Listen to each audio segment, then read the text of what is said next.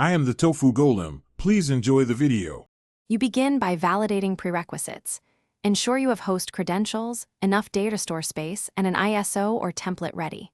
Once done, open the vSphere client, navigate to Hosts and Clusters, and right-click the target host.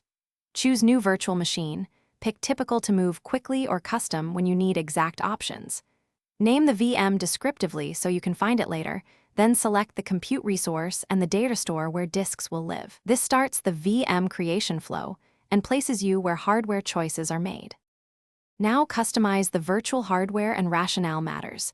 Allocate vCPUs and memory based on workload, and adjust compatibility if migrating across XE versions.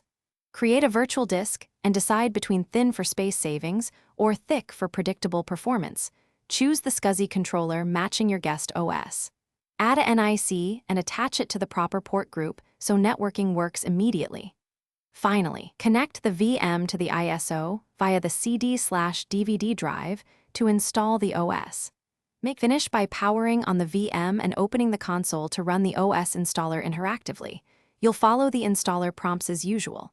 Once the guest boots, install Vmware tools to improve drivers, mouse, and networking behavior and enable time synchronization.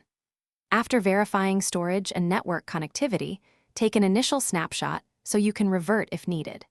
If something goes wrong, the key troubleshooting tip is to check the VM's compatibility, virtual NIC network label, and data store capacity.